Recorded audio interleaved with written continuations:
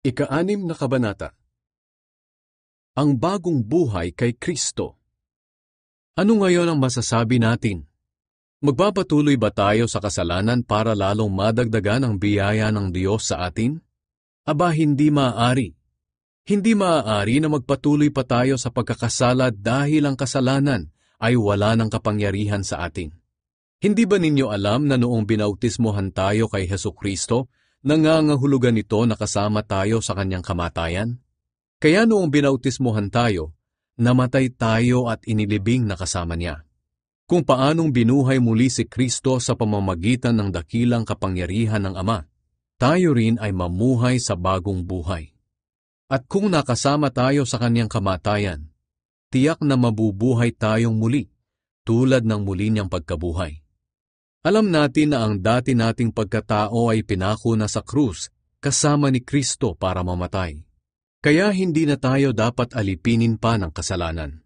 Sapagkat ang taong patay na ay malaya na sa kasalanan. At kung namatay tayong kasama ni Kristo, naniniwala tayong mabubuhay din tayong kasama niya. Sapagkat alam nating si Kristo'y muling nabuhay at hindi na muling mamamatay. Wala ng kapangyarihan sa kanya ang kamatayan.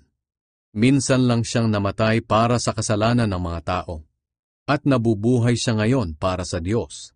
At dahil na kay Kristo Jesus na kayo, ituring ninyo ang inyong mga sarili na patay na sa kasalanan at nabubuhay na para sa Diyos. Huwag na ninyong paghariin ang kasalanan sa inyong katawang may kamatayan, para hindi na ninyo sundin ang masasamang hilig nito. Huwag na ninyong gamitin ang alinmang bahagi ng inyong katawan sa paggawa ng kasalanan. Sa halip, ialay ninyo ang inyong sarili sa Diyos bilang mga taong binigyan ng bagong buhay. Ilaan ninyo sa Diyos ang inyong katawan sa paggawa ng kabutihan, sapagkat hindi na dapat maghari pa sa inyo ang kasalanan, dahil wala na kayo sa ilalim ng kautusan, kundi sa ilalim na ng biyaya ng Diyos. Mga alipin ng katuwiran. Ngayon, dahil wala na tayo sa ilalim ng kautusan, kundi sa biyaya na ng Diyos, nangangahulugan bang magpapatuloy pa rin tayo sa paggawa ng kasalanan? Aba, hindi. Hindi nyo ba alam na alipin tayo ng anumang sinusunod natin? Kaya kung sinusunod natin ang kasalanan, alipin tayo ng kasalanan, at ang dulot nito'y kamatayan. Pero kung sumusunod tayo sa Diyos, mga alipin tayo ng Diyos, at ang dulot nito'y katuwiran. Noong una, alipin kayo ng kasalanan.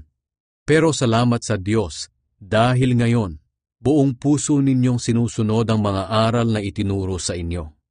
Pinalaya na kayo sa kasalanan, at ngayoy mga alipin na kayo ng katuwiran.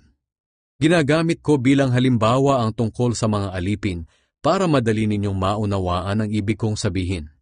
Noong unay nagpaalipin kayo sa karumihan at kasamaan, at naging masama nga kayo. Ngayon na may magpaalipin kayo sa kabutihan para maging banal kayo. Noong alipin pa kayo ng kasalanan, wala kayong pakialam sa matuwid na pamumuhay. Ano nga ba ang napala ninyo sa dati ninyong pamumuhay na ikinakahiya na ninyo ngayon?